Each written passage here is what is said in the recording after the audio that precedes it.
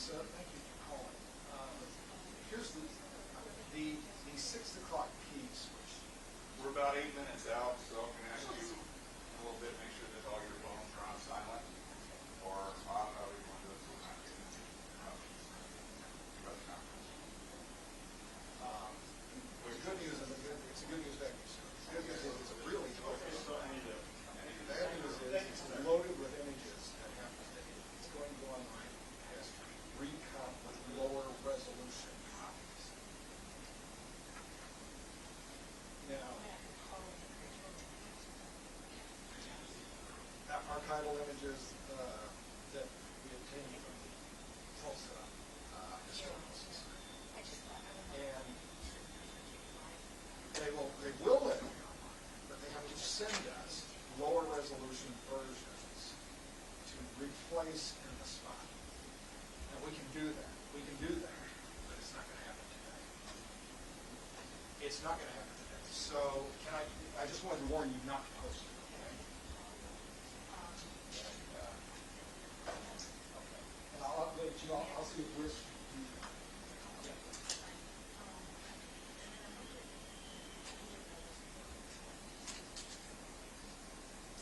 Yeah, yeah.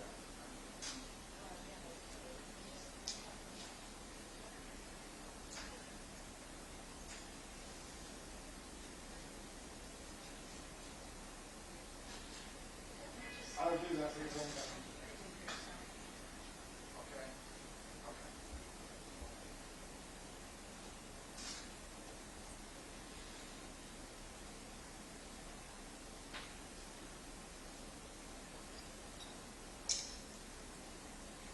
Absolutely.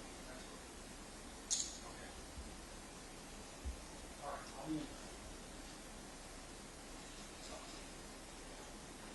Welcome to the Thank you for letting me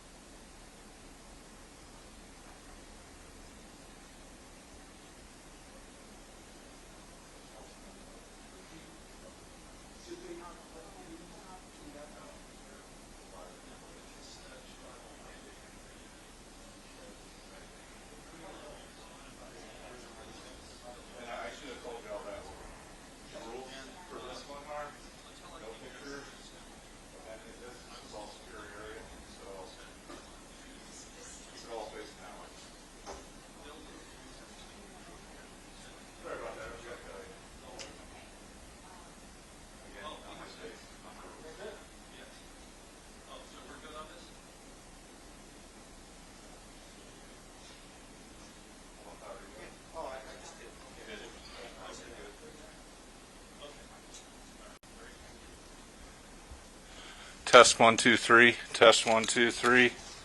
Test 1 2 3. Test 1 2 3. Good. Hey.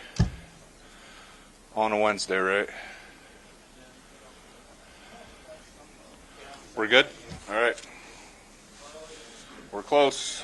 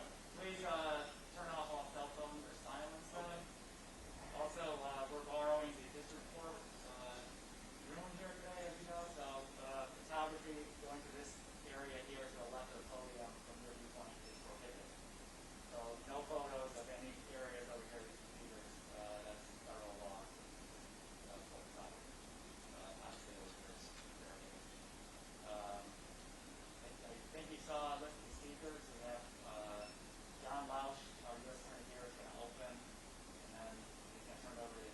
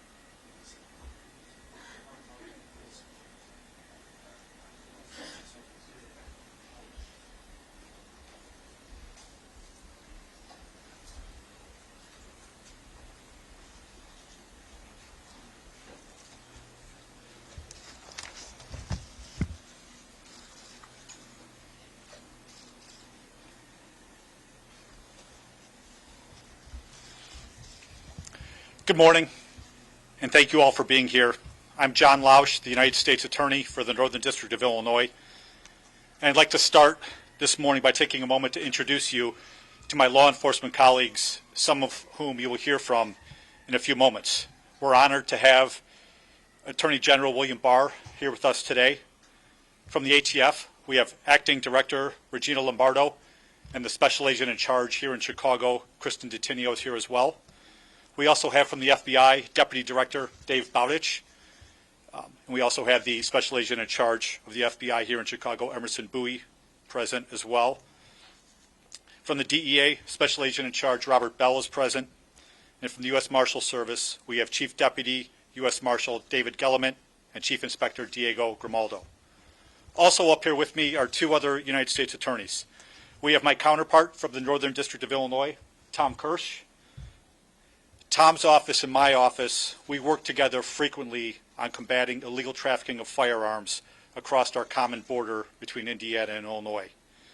And finally, my colleague Justin Herdman, who's the U.S. Attorney in Cleveland, the Northern District of Ohio, he's here, and he's quarterbacking the Department of Justice's nationwide efforts on Operation Legend. We're here today to discuss a critically important topic, violent crime in Chicago. As Attorney General Barr has made clear, the most basic responsibility of government is to protect the safety of our citizens. For those of us in law enforcement, our top priority is to keep people safe. For much of this year, Chicago and many other cities have experienced significant, unacceptable, and in many instances staggering spikes in homicides, shootings, and other violent crime. In response, the Attorney General launched Operation Legend, a systematic and coordinated law enforcement initiative in which federal law enforcement agencies work with state and local law enforcement departments to fight these crimes. In Chicago, we are fortunate to have one of the finest police departments in the country, the Chicago Police Department. The brave men and women in uniform have worked tirelessly to protect the citizens of Chicago. The goal of Operation Legend is to reinforce and to accelerate their efforts to reduce violent crime. The Attorney General has endeavored to do so by sending additional federal resources to Chicago, including a substantial number of agents from the ATF, FBI, DEA, and the United States Marshal Service. The Department of Homeland Security Investigation also committed additional agents.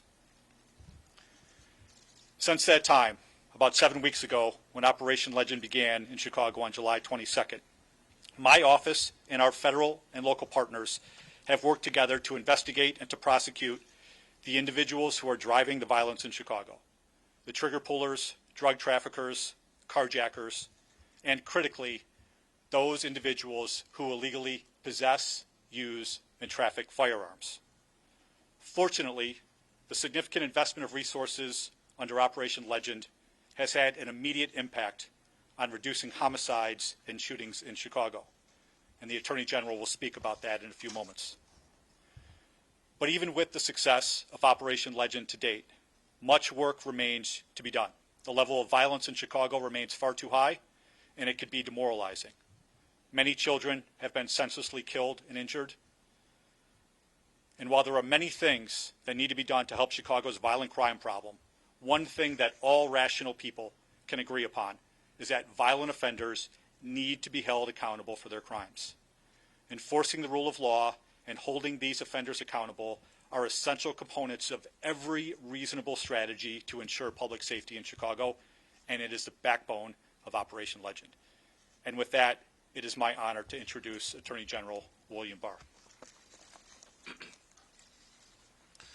Thank you, John, and good morning, everybody. Thank you for coming this morning. I'm pleased to be in Chicago to address the most significant threat facing this city. The explosion of violent crime, particularly homicides in Chicago earlier this year, threatened not only safety, but this city's way of life.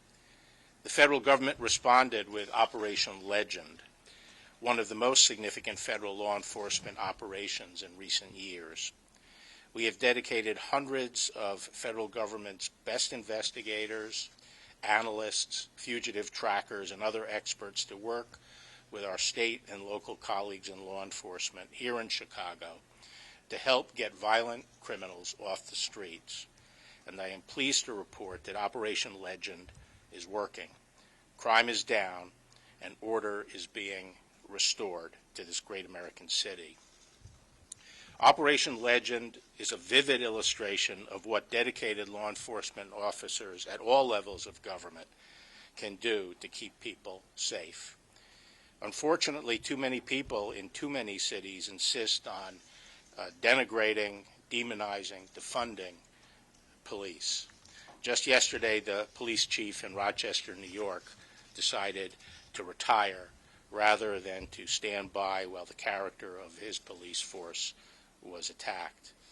Seattle's police chief made a similar decision last month after the city council decided to cut the budget of her department.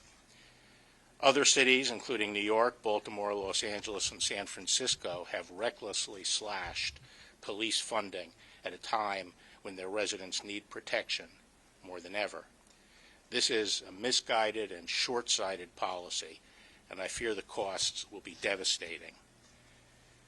There is no harder job in America today, and I think no more noble job than serving as a police officer. And on behalf of the Department of Justice, I want to thank all of those in Chicago and beyond who protect and serve. The increase in violence that has plagued Chicago and other cities is what prompted the department to launch Operation Legend 2 months ago in Kansas City, Missouri. The operation is named for Legend Taliaferro, a 4-year-old Kansas City boy shot and killed while asleep in his bed. The purpose of the operation is to make clear that his life mattered, his name should be remembered, and other innocent victims like him, including the 8-year-old girl killed in Chicago on Labor Day, should not suffer such senseless deaths. After starting in Kansas City, Operation Legend expanded to Chicago 2 weeks later and is now active in 9 major cities. As part of the operation, the federal government has dispatched over 1,000 of our most skilled agents to help state and local law enforcement fight violent crime. Over the past 2 months, federal agents involved in Operation Legend have made more than 2,500 arrests, many for violent crimes, including homicide and sexual assault. One of these arrests came on August 13th, when Kansas City police, with the support of the FBI and the U.S. Marshals, arrested the suspected murderer of Legend Taliaferro, the 4-year-old boy who inspired the operation's name. In addition to those arrested, the 2,500 arrests I've mentioned, federal prosecutors have brought federal criminal charges against 600 defendants through Operation Legend. Bringing federal charges is significant because defendants arrested for violent crimes are often detained before trial, unlike state defendants who are too often released. In addition, federal defendants will face serious sentences if convicted, with a real possibility of long-term imprisonment at the Bureau of Prisons facility out of state. Knowing that, many of the arrestees cooperate with the government and lead to even more violent offenders, such as leaders of gangs or drug organizations. In short, the basic premise of Operation Legend is that by taking chronic violent criminals off the street, we will force crime rates down, and the strategy is working. Here are a few examples. In Kansas City, violent crime has dropped by 32% since we launched Operation Legend, with homicides down 18% and aggravated assault down a remarkable 47%. In St. Louis, homicides have dropped by 47% in the 4 weeks since Operation Legend began, and more than 120 defendants have already been charged federally. In Detroit, homicides have dropped more than 25%, and non-fatal shootings have dropped by more than 35% in the 7 weeks of Operation Legend in that city. In Memphis, homicides in August dropped by nearly 27%, and U.S. Marshals arrested 47 persons wanted for homicide. In Milwaukee, non-fatal shootings have dropped by 25% in the 5 weeks since the operation began. Operation Legend's success is perhaps most dramatic here in Chicago. When the operation was announced on July 22nd, homicides in the city were up 51% over 2019. Over the previous weekend, more than 60 people had been shot in Chicago, with over a dozen fatalities.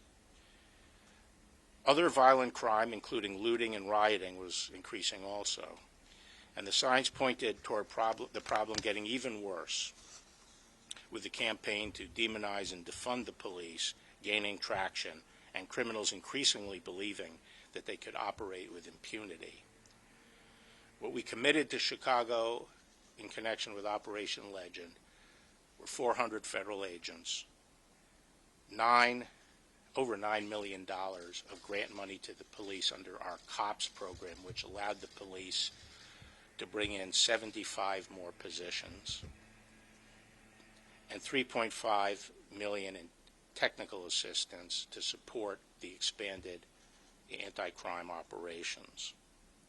Together, federal, state, and local law enforcement in Chicago, working as part of Operation Legend and our joint task forces, have reversed that dangerous spike in violence. Federal agents and deputy U.S. Marshals, along with state and local task force officers, have made more than 500 arrests, many for violent crime like homicide, sexual assault, and robbery. And federal prosecutors have charged federal charges 124 defendants, including 90 with firearms-related charges and 30 with drug trafficking-related charges. Many of those defendants are now detained pending trial rather than causing harm on the streets. The results of those actions speak for themselves. Over the first 5 weeks of Operation Legend in Chicago, murders dropped by 50% over the previous 5 weeks. August ultimately saw a 45% decrease in murders compared to July, and a 35% decrease compared to June. In fact, Chicago in August saw the lowest number of murders at any time since April. The bottom line is that Operation Legend has played a critical role in cutting Chicago's murder rate roughly in half since before the operation.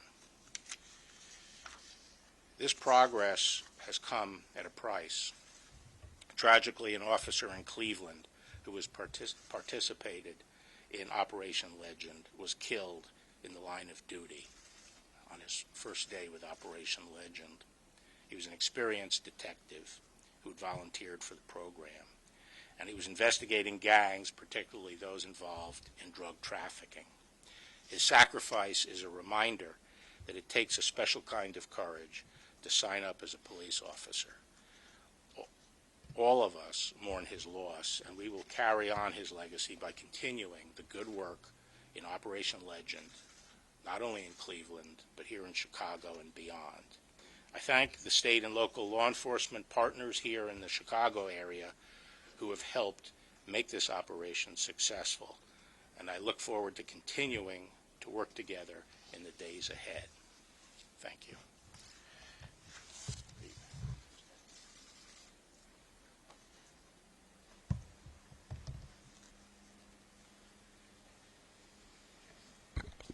Good morning. The commitment to justice and upholding the law and protecting and representing all is at the heart of our nation. This year, we have faced challenges, and in adversity, we must not succumb to fear. Tragically, in Chicago and many other cities, one of those challenges has been the intolerable spike of violent crime, particularly firearm violence. ATF has responded, faithful to its core mission, protecting our communities from violent crime. I stand here today on behalf of the brave men and women of ATF, along with my colleagues from the Department of Justice, led by Attorney General Barr, U.S. Attorney John Lausch, Tom Kirsch, Justin Herdman, and my friend and colleague from the FBI, Deputy Director Dave Bowditch. We stand here today to reiterate our unequivocal commitment to honor the lives of Legend Telefaro and all of the victims and families that has died from firearm violence, bringing to justice the trigger pullers who terrorize our neighborhoods, like in Chicago, and the traffickers who fuel the violence by illegally supplying them with guns. There is no higher mission for ATF and our law enforcement partners than to protect the public from violent criminals. That is the purpose of Operation Legend.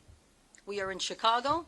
We are in other Legend cities working with the communities to identify, investigate, and prosecute those who inflict pain and destruction by engaging in firearm violence.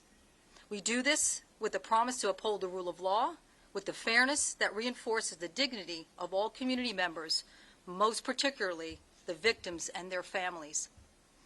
Every day across the country, ATF special agents and industry operations investigators pursue criminals who illegally use and possess guns, that trafficking organizations that illegally supply those guns to thieves who also steal those guns federally from licensed dealers.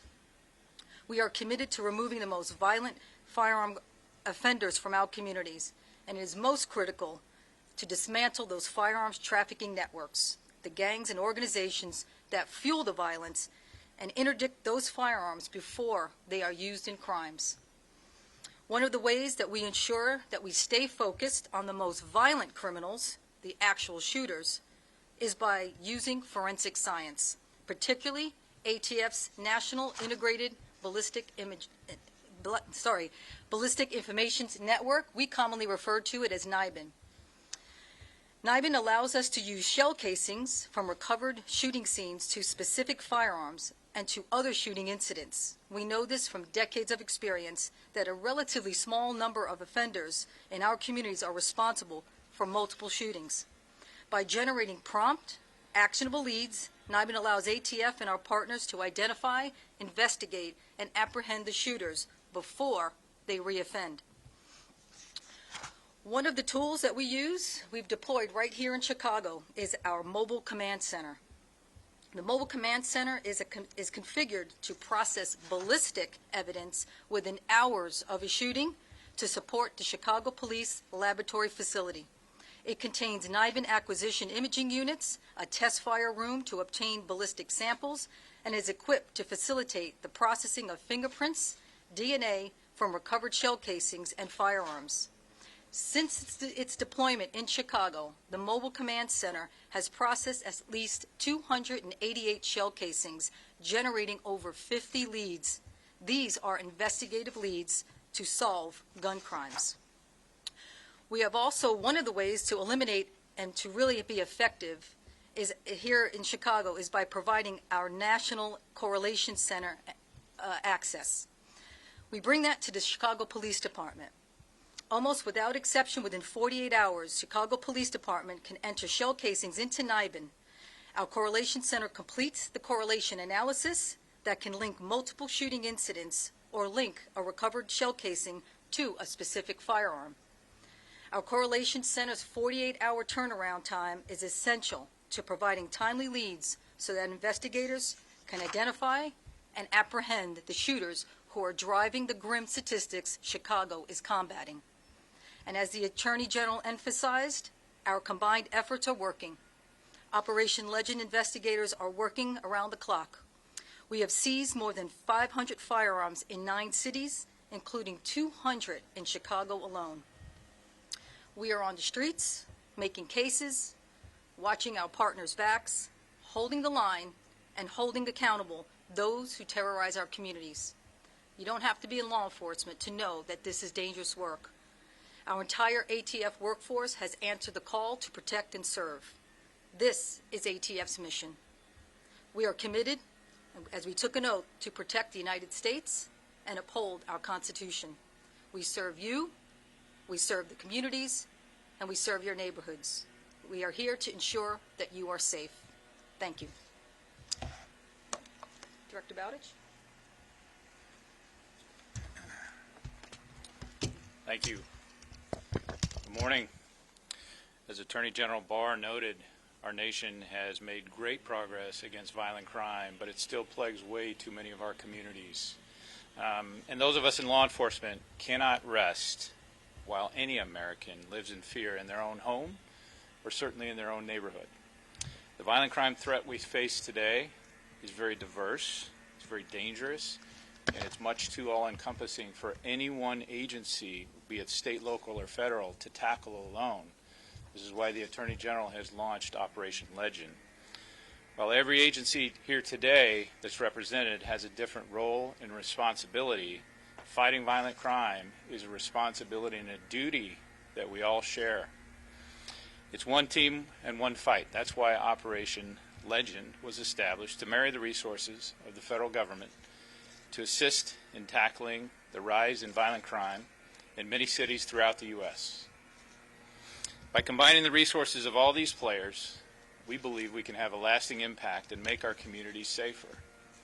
Operation Legend reflects that team approach, and the men and the women and the men and women of the FBI are committed, just as our partners are committed, to meeting this challenge. Through our Violent Crimes and Gang Safe Streets Task Forces, the FBI and our partners bring to the table what we do best. Prior to and even more so throughout this operation, we continue working closely with our federal, state, and local partners to combine our expertise, our knowledge, and our resources to identify, investigate, and prosecute those responsible for the violent crimes occurring in our cities. The FBI's focus is on targeting the overall leadership structure of our gangs and our criminal enterprises that drive the scourge of violent crimes in many of our communities. What we bring to the table is the ability to target some of the most violent offenders in the short term while pursuing a long-term strategy to dismantle criminal enterprises and gangs. The Bureau has already dedicated significant resources and leveraged our partnerships in cities chosen for Operation Legend. We've surged additional resources to help further reduce violent crime in Operation Legend. For example, right here in Chicago, we brought in 60 FBI special agents in addition to what was already assigned here, to those already assigned here. We also surged analytical resources and data exploitation personnel to help in those investigations. Many of these folks have left their own communities to come and work side by side with the FBI agents, the ATF agents, the Chicago Police Department, and other agencies that are here. They left their own families and their own homes because they want to help, and they want to be here to help Chicago in any way. We've done this to help investigate and take the worst offenders off the street, and with the hope that we can cripple some of these organizations out there. This effort includes agents, intelligence analysts, digital evidence experts, and personnel from field offices across the country, all working together to reduce violent crime, to keep people safe, and to find and stop dangerous criminals through law enforcement actions, digital forensics, mapping trends, tips, hotlines, digital billboards, social media, press releases, and the like. It's a true team effort which cannot be accomplished through the law enforcement partnerships alone. It also needs the hard work of the community, but I will tell you this, there are a lot of hard-working assistant United States attorneys throughout this country that are side by side with these investigators trying to help curtail the violence in many of these communities. And we're already seeing real results. Many of those have been discussed already, so I won't go through those. But we have had hundreds of cases, arrests, and seizures which have been made across the country in Op Legend already. Last week alone, in between August 31st and September 7th, the FBI alone opened 50 cases. We made 18 arrests and recovered 46 weapons. That's in 1 week. Investigating violent crime is a 24/7, 365-day-a-year job that we do not take lightly. I am confident that with our partners working close together, we will continue to make progress against these violent crimes, and progress that the American people both expect, but more importantly, that progress that they deserve. So I want to talk now to those who are responsible for the violence. If you are responsible for the violence and you hear nothing else that's said, hear this. We will bring down the full weight of the federal government, and in our case, the FBI, to address your violent acts. If you are convicted in federal court, it's very unlikely you're going to walk in the front door and out the back. If you are convicted, federal time in court is 85% minimum time served. To the citizens of Chicago, the Attorney General has used the word will. If we accept this as status quo, that is not going to make any progress. If we have the will to pursue and endeavor throughout these challenges, I believe we can accomplish a lot. That will is being led by the Attorney General and all the agencies here, but it also needs the will of the community. We're asking the citizens of Chicago to trust us, pick up the phone, and provide the information we need to help solve crimes of violence which are plaguing your communities and our communities. In short, we are trying to instill confidence in the system, and I'm asking you to trust us. And with that, I talked to you about tips. I'm going to leave you with a tip line. If you have information about significant violent crime, I would ask you to please call 1-800-CALL-FBI or send us an e-tip online at tips.fbi.gov. Thank you.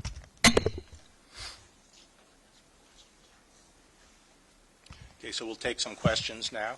Mr. Attorney General, welcome to Chicago. Thank you. I wonder if you could comment on just two things. On September the 1st, President Trump said, and I'll read you a quote, he said, "We've already conducted more than 1,000 arrests in our first month in Chicago. Chicago was a total disaster with a radical left Democrat in charge." Number one, there's a difference in the number of arrests from what you've announced. I think you said 124 versus 1,000 that the president claimed. Well, so U.S. Marshals make arrests based on state warrants and then turn those individuals over to the state for state charges. The number I gave you were those who were charged federally.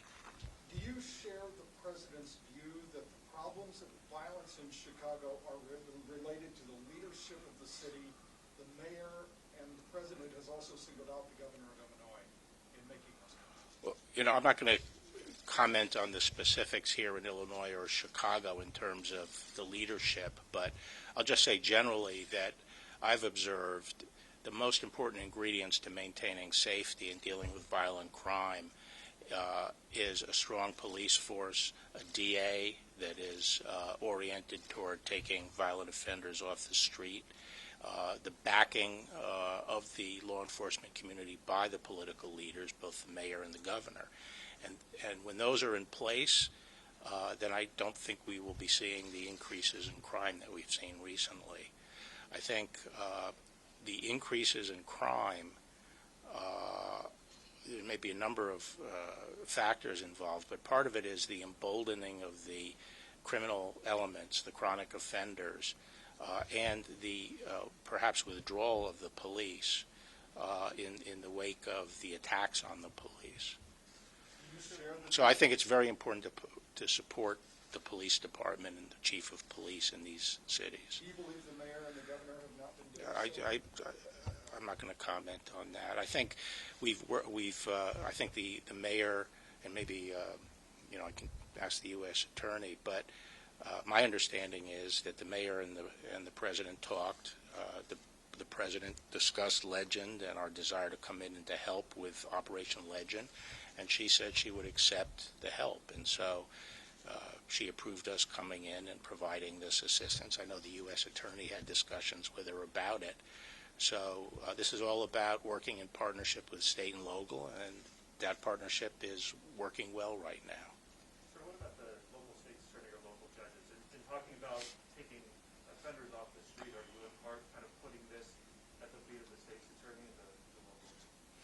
I think, unfortunately, in our country, and I think that's the case here at Illinois, the system of justice, state justice, is going back to a revolving door system that we had earlier. You know, 1992 was the peak of violent crime in the United States. It had trebled over the preceding 30 years. It had just shot up 3 times to 92, and then it's been halved since 92. And part of that process was stopping the revolving door and having pretrial detention of people who still posed a threat to the community. A lot of states are now pulling back from that, and I do think that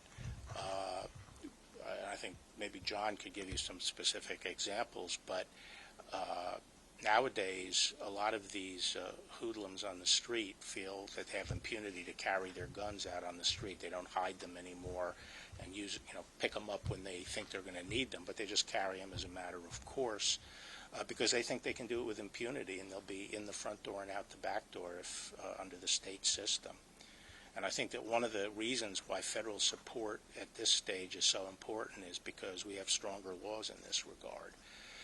You know, there's a lot said about community policing. That's sort of one of the buzzwords out there. Oh, we just need more community policing. Well, what isn't discussed and what people have to understand is there is an essential prerequisite for a community policing program, and that is pretrial detention. Because people in the community, and this, I think any police chief who's been involved in law enforcement, I saw this back in '92, will tell you that people in the community will not come forward and engage with the police if they feel that that someone about whom they've given information is going to be right back out on the street. They need to know that when the police take someone away, they're not going to be there the next day to retaliate. So in New York, for example, which had one of the best community policing programs in the country. It's just an amazing program. It's essentially falling apart right now because of the changes made in state law on bail reform, where people are just out on the street almost instantaneously, and their lawyers get access to the information provided to the police that served as the basis for the arrest. So that community policing program is drying up. It's broken. So I'm all for community policing, but people have to recognize you have to keep the violent offenders off the street, otherwise you will not get the cooperation of the community. Is that an answer to your question? Yes. So you mentioned when first started, the amount of arrests you all made on the flash. The murder rate and shooting rate, as you mentioned, fell down 57%. Well, right now, that murder rate and shooting is still at about 52% compared to the same time last year. Is it a little premature to say that this is for sure working and taking, driving down the violence rate here in Chicago? It's early to say that, or do you feel confident that the work you're doing is making significant strides? Well, no, I'm confident that the work we're doing is improving the situation. But it has gone down. It has gone down. It's half of what it was the preceding month, and it's the lowest murder rate since April. So, we're starting from a very high level, and it'll take some time to get it down to, perhaps what would you say? Yeah, no, I would agree with that. I mean, very, very clearly Operation Legend helped. It helped stop what we were seeing were increases in homicides month after month after month. You've obviously seen the data. May, June, July, it was getting out of control, and it dropped in August. Dropped by half in 1 month. So I do think there's a correlation, and it's a correlation we're seeing across all our cities right now. All of the cities are going down, the homicide rates and the violent crime rates. Now, we're obviously going to continue to watch what happens and adjust our activity based on that. Sir, I have a question. I'm sorry, you had a question? I did, yeah, thank you. As President Trump often would name-check Chicago and its bloody gun violence, Mayor Lightfoot and our former Mayor Emanuel would respond that if he seriously wanted to help, he would send in more federal resources. And when the former Attorney General Sessions did temporarily send a few dozen federal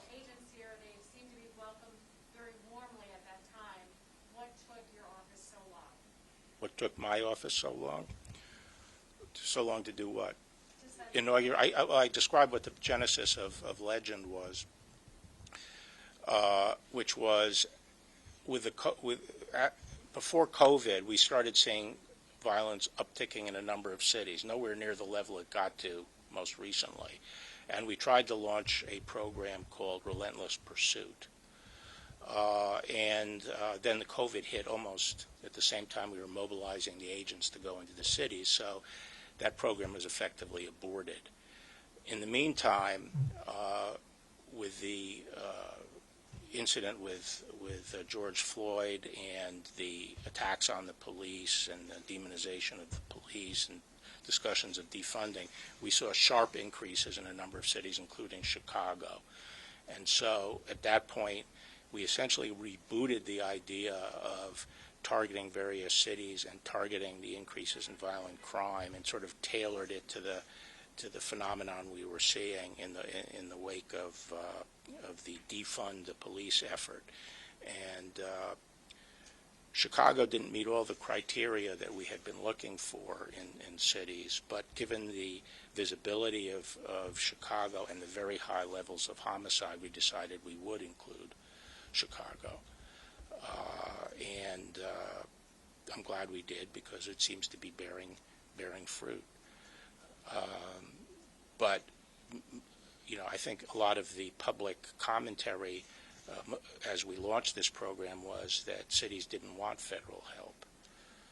But now you're telling me that we're welcome with open arms. That's news to me around the country. But as I said, Mayor Lightfoot did agree to and seemed happy that we were coming in. President Trump has seemed to suggest at times that he has a quick fix for violent crime in Chicago, that we can fix kind of overnight or within a week. Do you know what he's talking about? Is it involved in that regard? Is it this? Yeah. Well, I think it's important. This is a distinction that the media doesn't frequently make, but there, in my mind, and I think the mind of most people in law enforcement, there's a distinction between addressing violent crime, which is what Legend is about, and addressing civil unrest and some of the violence that we've seen in conjunction with supposed protests. And I think he's talking about the latter in that, which is that there, you can deal with the occupation of areas in the city, and you can deal with the sieging of various government buildings, with dispatch. I don't think he's talking about eliminating violent crime that way. But dispatch of what? The National Guard? Dispatch meaning quickly. Well, it depends on the circumstances. There's some places where state resources are completely adequate. Even state civilian law enforcement resources can be completely adequate. It depends on the circumstance, the size of the demonstration, and the size of the state's assets. And then we can also use civilian federal assets, as we have in some places. Yes. How many of those 400 agents are new bodies on the ground here in Chicago? So I would say we already have a large number of law enforcement working in Chicago. At a minimum, there were 100 new FBI, ATF, and DEA agents that came in. There were several dozen repurposed Homeland Security agents as well, and the same with the United States Marshal Service. So, it's hundreds of new people who came in to help and to work directly with the people that were already here beforehand. I think there were 200 new bodies of the 400, and the other 200 were repurposed from the other work they were doing and shifted to violent crime. Okay. Sir, there's some questions. Yes. Sorry, my question is a little bit off topic. I apologize for that, but I need to ask about Ms. Carroll and how the president was acting in his official capacity when he denied knowing her, and also why the American taxpayer might be on the hook for any damages that could be awarded to him. Okay, so this has to do with something called the Westfall Act. That is an act that provides that when tort cases, state tort cases, are brought against government employees in the executive branch and in the legislative branch, and the tort was allegedly committed in the course of federal employment, the case can be certified for shifting to the federal courts, and the United States can be substituted as the responsible party. This has become somewhat routine to the extent that the certification process has been delegated to an attorney in the tort section of the Civil Division of the Justice Department. The process involves the employing agency, which in the case of a president has been the White House, sending in a memorandum requesting certification. That process was followed in this particular case. The case law is crystal clear that the Westfall Act applies to claims against the President, the Vice President, as well as other federal employees and members of Congress. There is case law in D.C. It has been invoked by previous presidents, including most recently Bush 43, Vice President Cheney, President Obama, and now President Trump. The case law is very clear, and there's a D.C. Circuit case called Ballinger on the topic that says that because we are a representative democracy, officials who are elected and answer press questions while they're in office, even if those questions relate to their personal activity and could bear upon their personal fitness, is in fact in the course of federal employment and can be therefore certified under the Westfall Act. The case in that situation was a congressman who was answering questions about why he had separated from his wife, and he was sued for defamation because of something he said in that answer. And so the court said that elected officials in our democracy, a representative democracy, when they're answering questions in office, even about personal affairs, any defamation claim is subject to Westfall. So this was a normal application of the law. The law is clear.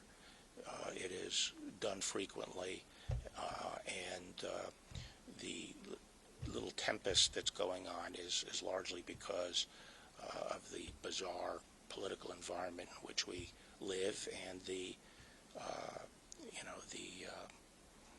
well, I'll just leave it at that. Yep. As they always are under Westfall. That's the statute. That's the statute. The guns that have so far been collected by Operation Lightning, any idea as to how many of them were acquired illegally, that any statistics available on that yet, where they're coming from? I'll ask Jean at the ATF to see if she has any more specific information, but I know that a number of the cases, because I was looking over some of the cases here, and a number of the cases relate to straw purchasers who were, going out and gathering guns for gangs. So I know that that's one of the areas that ATF has been targeting. I can comment a little bit on that. We look at the patterns of the trafficking factors. When we recover crime guns here in Chicago, we trace that weapon. What we find that many of the weapons that are either purchased maybe lawfully, but also go into unlawful commerce by trafficking organizations. Many of the, we call the pipeline of weapons that are being seen recovered here in Chicago do come from other states. Some come from the Milwaukee area. Every state has a different source, but particularly for Chicago, we see a lot of that trafficking patterns. So we have what we call a trafficking group. We focus primarily on those in particular source states. To cut that pipeline down, when the firearms are recovered here, we trace them to the last known purchaser. The firearms trace gives us what we call from cradle to grave, where the firearm was purchased and where it ended up. And we try to fill in the blanks, and NIBIN kind of gives us the life of crime it led in between that time. So we do see we call straw purchasing. Lion and Tryon, Lion and Buy-in. So those are all also part of our Project Guardian aspect, which is we're looking at going after those traffickers, particularly to cut that pipeline of weapons coming into Chicago. So that's what we're predominantly seeing. And that is also allowing us to put resources there in our source states, because I believe if we cut the pipeline of weapons, we would have what we call a little bit less of the use of those weapons. So that's what we're seeing primarily, is our trafficking groups are giving us that. Take my mask. Follow-up question to that, are you surprised, I've read about how that you're actually tracking guns that have been used in specific crimes, and then are you surprised how active some of these guns have been in a short time period? Actually, that was something I was going to add to what Gina said, which is this NIBIN technology, which the ATF deploys and brings in extra resources with these mobile units, are amazing because they can take a shell and link a gun that was used in one crime to other crimes. And I think most police chiefs will tell you that in their city, they could tell you, sit down and make a list of the people who were responsible for most of the shooting. In their mind, they think that the suspects. And usually a relatively manageable group or a modest group is responsible for a disproportionate number of the shootings. So it doesn't surprise me that you can find a gun and then tie it to a lot of different shootings. I've seen this done, and it's really remarkable. And the NIBIN technology is a game changer for, in the old days, to take the chronic violent offenders off the street, you had to cast a broader net. Now you can figure out exactly who's doing the shooting. But if you have something. Yeah, I was going to add, we call that fishing with a spear as opposed to a net. Many times the shell casings, like something similar to this, are recovered on the street. So we take the shell casing, we put it through our NIBIN system. It makes a correlation. It's almost like a thumbprint, a fingerprint that you would do as a comparison. Our shell casings are compared to different shooting scenes as well as the actual firearms at this one shell casing, which is unique to each firearm. So that's really been a game changer for us. And putting all of that in a mobile unit right now here in Chicago is really what's been helping Chicago Police Department's laboratories, because we can do that now in a 48-hour turnaround time. Those leads that are coming out were generated. Investigators get that lead, and that's a lead to a potential homicide or an assault. We take those leads, we give it to our investigators, our Chicago Crime Gun Strike Force, and that's where we go to work. We always say the technology is great. We have the tools to do some of the things that we do, but it takes the carpenter that builds the house. So that's where our special agents with all law enforcement organizations working together. So it's the shell casing that's allowing us to make those connections. Take one more. Mr. Attorney General, just a quick question. Well, I think that, did you ask one earlier too? I have one little question. I didn't get to ask my main question, which was... I'll let both of you ask your question. Go ahead. No, go ahead. Okay. So we see big shifts month to month, up and down over the years. This is not something unusual. July is, as you mentioned, it was the highest, the worst July since at least 1957, as far back as the records go. But we've seen other big shifts month to month. So what I'm hearing is that you're crediting this drop to the federal agents and the federal initiative. And what I want to know is how many of those murders can you credit to? Well, that is an absurd question. I did not attribute it entirely. What I said is I believe that it was an important part of that drop. And if you want to maintain that taking fugitives off the street who are armed and already have committed homicide, known gang members, and persons who are correlated to guns that have committed murders in the past, at the numbers and rates we are doing that, not only the federal charges but all the state people that we've delivered over to the state, if you don't think that that has an impact on violent crime, I think that's a much harder proposition to maintain. Yes. Mr. Attorney General, I've covered dozens of press conferences in this building with federal authorities and the Chicago police standing side by side. Chicago police are not here today. Right. What is the reason for that, and why are they not included in this unified message? They were certainly invited and could have attended, but one of the odd things about our program in this city are, some of the politics involved. I'm sure that was an element of it.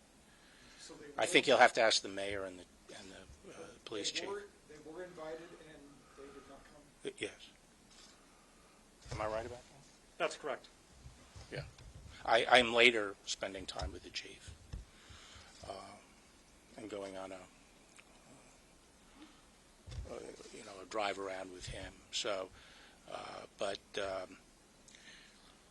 I know that the city has put out information about the drop in crime and is crediting a number of factors. Absent among those factors is the federal contribution. So just the way things roll here in Chicago. So that would seem to indicate there's still a disconnect between this initiative and the city of Chicago.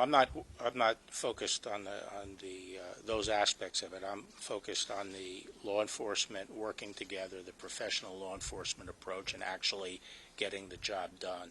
And politicians can do what they want to do. Okay. If I may. Yeah. To be very clear, there is no disconnect between federal law enforcement and the Chicago Police Department. We work together all the time. They're very supportive of all of our efforts, and we are thrilled to help them fight violent crime. Law enforcement to law enforcement level, things are going very well. I can assure you that. Thank you. Thank you very much. Thank you.